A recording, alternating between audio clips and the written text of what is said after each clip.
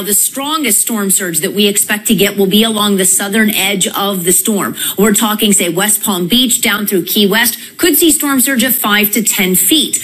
Naples on the western side down towards Key West could see as much as 6 to 12 feet. Okay, here's the thing. The average first story of a building is 10 feet tall. That means you could see entire homes' first stories submerged underwater because of the potential storm surge that we'll be dealing with this storm.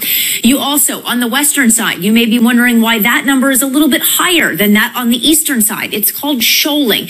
The drop off from the beach down into the deep ocean is not as deep on the western side as it is on the eastern side. That allows that water to be able to push in and go higher on the western side than it would on the eastern side. So keep that in mind too. Forecast intensity, because of the incredible scale of this storm, how big it is, it will likely take hurricane force winds from the east side of Florida to the west side of Florida. So it really doesn't matter which side of Florida you are on, east coast versus west coast, to determine who is going to have hurricane force winds and who won't. Both sides are likely going to have that. Welcome back, folks. Again, Connecting Dots 2 here, and we're Friday, September 8th. And that was a clip from CNN just a little while ago, and she was speaking about the shoaling, and I'll get back into that because that's very important, and that all relates to a series of videos here that I uploaded starting a day ago. During that live show, at the end of it, I got into my concerns about the nuclear plants that were located in Florida. Now, thereafter, I went on to upload another video 4 hours ago. And then after 2 hours ago, as you can see, I came out live here for 45 minutes because I'd noticed that my videos, both of them, with IRMA in the tags, and this one here also in the title, they weren't showing up in any of the Google or YouTube searches. And I always know, I've been doing this for a long time, and whenever your stuff is hidden, normally my stuff is censored in the sense that it'll show up on the 3rd or 4th or 5th page of a search, of a video search or a Google YouTube video search. In this case, none of my videos showed up.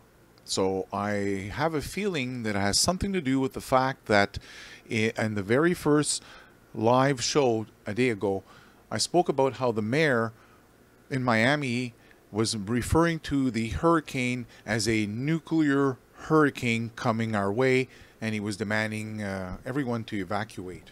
Well, I'm about to share with you why I think it's important, and it all goes back to that shoaling. So in those last couple of shows or videos, I mentioned one of the nuclear plants called the Turkey Point Nuclear Power Plant, and it was located at the very southern tip of Florida near the Keys. Anyhow, I want to go over this very quickly. Essentially, I shared with you how both nuclear plants were possibly in direct line of the hurricane, and even more so in the last 45-minute show I had just a couple hours ago. I shared with you that the path is showing that this is going right down that alley, and this is important here with more information that I'll get into very shortly as I make a comparison from Andrew to Irma, because I think this is where the difference is.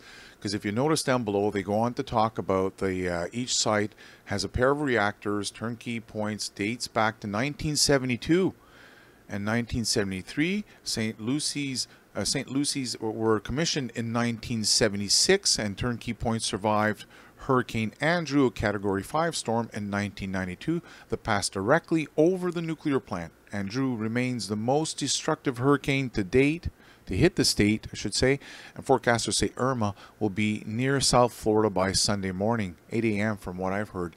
So there's a couple of key points here. Back when the Category 5 hit Hurricane Andrew, was hit by Hurricane Andrew, I should say, well, that was, like I said, 1992. It was roughly only 20 years after the plant. We are the year 2017, and if you watched my shows earlier on, I made a point of stressing that I've been following the whole nuclear meltdown from Fukushima from 2011. It got me right involved in this whole nuclear plants and all that stuff. I'm about to share with you why you should be concerned, because although there was a storm back in 1992 and it survived that one, the plant was only 20 years old. It's much older now. And there was a story that came out, like I said, I've been following Fukushima and everything nuclear since. And I remember this one, it came out back in 2013, where, well, you can see here, former chairman Gregory here came out and spoke out about the fact that all 104 nuclear power plants that are now operating in the United States have a safety problem that cannot be fixed, and they should be replaced with newer technology. He said that shutting them down all at once wasn't practical, but he supports phasing them out rather than trying to extend their lives. So later on in that article, they're asking him why he didn't speak out until just recently, and he was just thinking about the issues more and watching as the industry and the regulators and the whole nuclear safety community tries to figure out how to address these very, very difficult problems, which were made more evident by the 2011 Fukushima nuclear disaster in Japan. And that's the point that I was making in the videos. Fukushima, that whole triple meltdown, all came about because of the tsunami, the high water that hit the nuclear plants and knocked out the power cooling stations. We have a problem here with this whole shoaling. Stay tuned, because I'm about to get into the map, the Google map, so you can see there's a shoaling problem here. So if you look a little further down, he goes on to say that Jacko said that many American reactors that had received permission from the Nuclear Commission to operate for 20 years beyond their initial 40-year licenses probably would not last that long. Well, do you remember how old that nuclear plant was that I was just speaking of? Well, it was 1972 and 73 for Turkey points. So add 40 years, that would bring it to the year 2012, so past the due date. And the other one was 1976, so add 40 to that, and 2016 past the due date. So Houston, we may have a safety problem here. And I believe that's why the videos are being hidden. You may have noticed there's a video here from 3 years ago, almost over 10,000 views. Fukushima Day 1205. I'm the only one on YouTube who made a point of showing Americans how the Food and Drug Administration had lied. I'm very outspoken individual here on YouTube, even as well as the Pacific, the salmon population, depopulation. I connected the dots with the Pacific blob. I pulled out research from 1947 that correlates to a 2-year cycle with the salmon population, and every time there's a drought, how it hit the salmon population 2 years later. I connected the dots and showed you how we've had nothing but a drought here along the west coast since the year 2013, and that's why the salmon population is being hit so hard. Yet the other fish in the ocean are, they're doing quite well. It's not struggling. It's certainly not Fukushima. Anyways, back to the story here. It's all about Turkey Point nuclear reactor, and the fact that I mentioned earlier on is not just one hurricane coming, but there's a second one. Hurricane Jose is right behind here. But for right now, we got to worry about Turkey Point. So, let's just worry about this one here for now. And I want to get into the shoaling part. Let's go listen to that again here. That means you could see entire homes' first stories submerged underwater because of the potential storm surge that we'll be dealing with this storm. You also, on the western side, you may be wondering why that number is a little bit higher than that on the eastern side. It's called shoaling. The drop-off from the beach down into the deep ocean is not as deep on the western side as it is on the eastern side. That allows that water to be able to push in and go higher on the western side than it would on the eastern side. So okay, so you got that. Essentially, it comes down to the drop-off. As you can see on this side, there is a big drop-off, and on the other side, well, it's the drop-off is far away from the beach.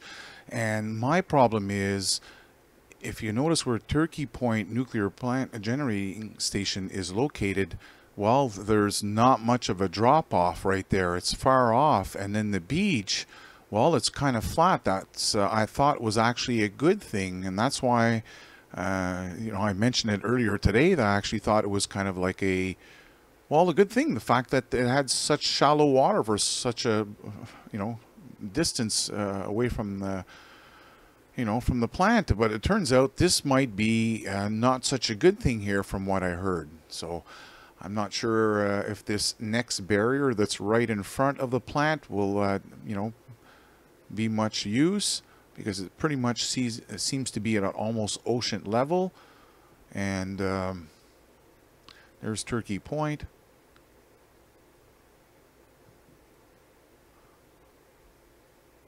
So that's why I figured I got to make this video and give you guys a little update here, because I may have spoken too early when I was telling you guys that this plant might be okay due to the fact that, well, it's far away from the beach and seems to be a little bit of a sandbar. But from when she's talking about, the shoaling may actually be an issue. Now, the other plant I was talking about was just past Miami, and I'd have to look it up here. It's called St. Lucie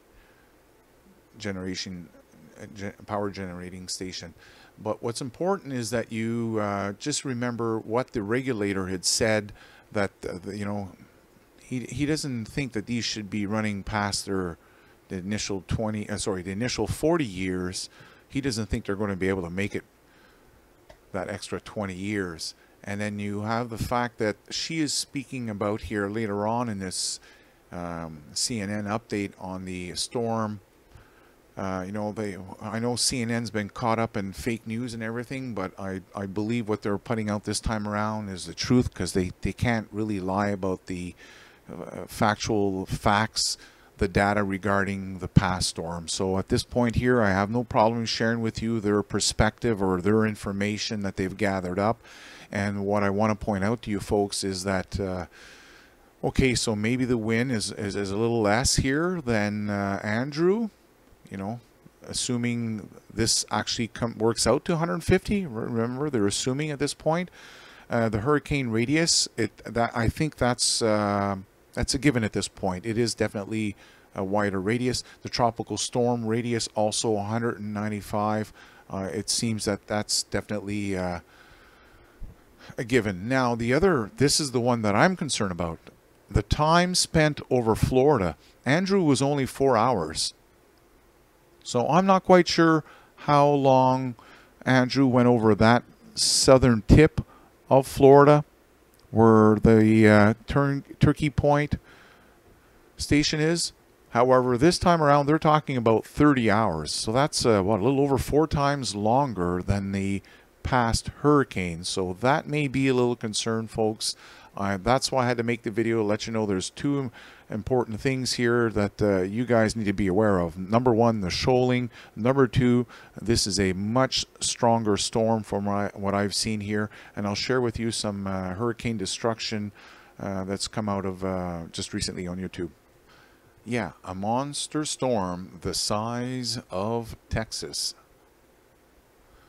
So I just want to share with you the path of some of the path of destruction here, so you can see when they're talking about 95% of the buildings destructed, and that's why I was sharing with you how even the mayor from Miami was telling folks they've got you have a nuclear hurricane coming at you. I don't think he meant to throw it in there by on purpose to try and fearmonger folks, but I have to throw in the fact that let you guys know that there are 2 nuclear plants, both around Miami, lower end of Florida, and it doesn't matter if you're 100 miles from it. You have to understand, if there's a problem with these nuclear plants, radiation will flow around in the wind all over the place, and since most of that wind is spinning around, well, there's a chance if the nuclear plant gets affected and there's some type of leak.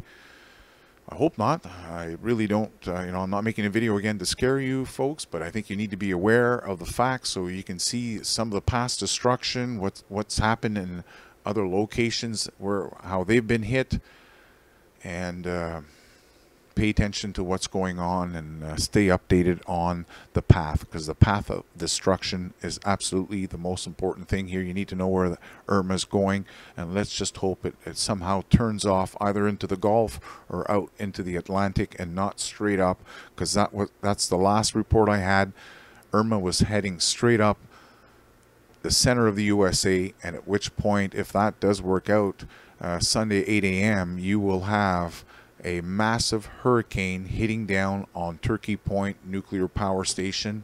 And I'll share with you again the map from the radiation network that tracks from local citizens like yourself. They have Geiger counters that are hooked up to a website, and they share with you the data, so you don't have to worry that it's not controlled by the government. And I've been following this website for a long time. The person that runs it, whenever there's any type of high radiation that shows up anywhere from any of their subscribers, he does a very in-depth, thorough research to try and find out what's the source of that spike. That's why I'm sharing with you this website called the Radiation Network. So it's down below in the Show More tab of this video.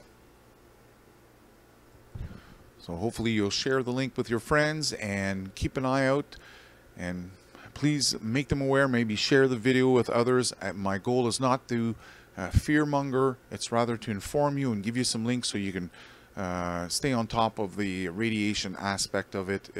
Should there be some type of incident, there seems to be quite a few Geiger counters located directly in Florida. In fact, I'll share with you the map right away.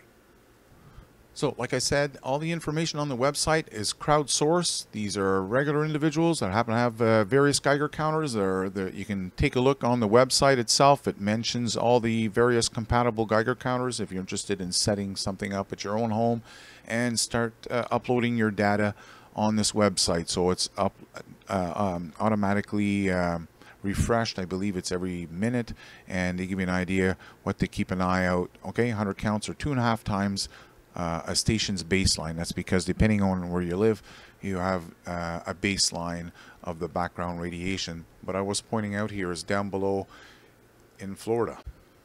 Well, you're not going to believe this, as I'm actually uploading the video, the one you're listening to right now. I was keeping an eye on the news, and this happened to come out, and I figured, oh, you know what, I've got to add this to this current upload. So folks, you got to hear this for yourself. I'm not the only one that's concerned about the surge, and this is the first time ever that they have marked off this specific area for a storm surge in Florida, and it's exactly where I just shared with you, Florida turnkey nuclear plant. Unbelievable. Most concerned about is the storm surge we've been talking about. That's the rise of the water. It's going to be driven ashore by the wind, and in this case we're looking at a storm surge that could be 5 to 10 feet deep on the Florida Keys first, and then potentially on the southeast coast of Florida, followed by even higher storm surge, 6 to 12 feet on the southwest coast of Florida. These are examples from the past where you can see what storm surge looks like, the kind of damage that can occur. And here's the area that we're most concerned about, colorized here. And you can see a long area along the east coast of Florida, then along the west coast, and then the Florida Keys. All are susceptible to storm surge. This is where we have a storm surge warning. First time the National Hurricane Center and National Weather Service has issued that this year. And what that indicates is that there is a likelihood or an expectation of life-threatening inundation. And that's what that 5 to 10 feet means.